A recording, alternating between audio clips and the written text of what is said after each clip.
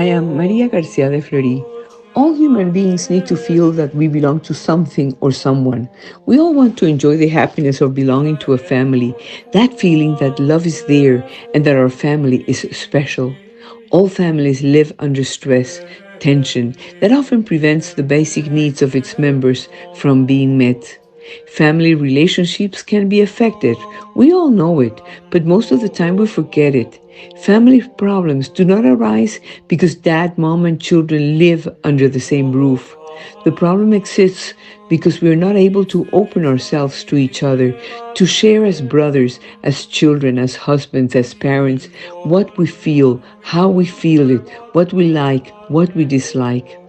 Family relationships are built when we value what family is and work for it. Above all, we must want rapprochement, union between family members, learn to value them and give ourselves to each one of them. Building a family means taking the risk of opening ourselves to others because we love them.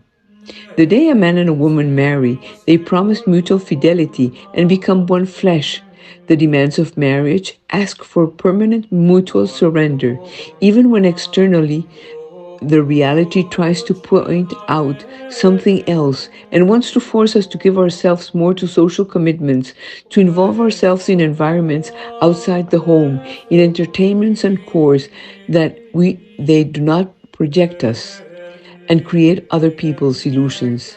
Not committing is a serious illness of our time because infidelity sends a person down the path of new experiences that never come to fruition and that they don't give peace or happiness.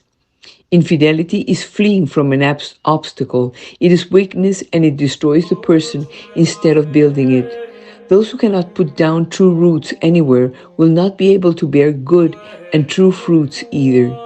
It is in mutual union where we must find the greatest encouragement to fidelity.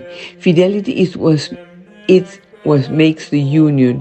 Infidelity is what is destroying everything. Fidelity and freedom are not dimensions of our life that once we choose them, they are already part of us and do not require anything else. Fidelity and freedom come from daily living in a normal way and sometimes even without realizing it. We can only be faithful if we freely wish to do so.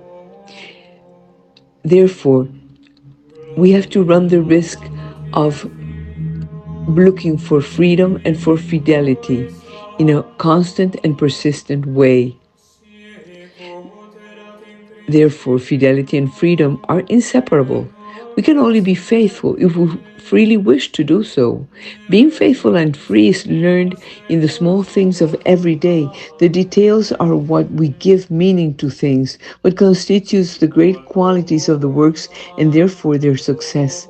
Fidelity and freedom is something that we have to seek to be. Fidelity to a person in the marriage bond is the deepest of fidelities because the roots of life that occur in each of the spouses cannot be uprooted. Spouses may distance themselves from each other, but they will never be able to unwife because what God unites, man cannot separate, and with God, we always win.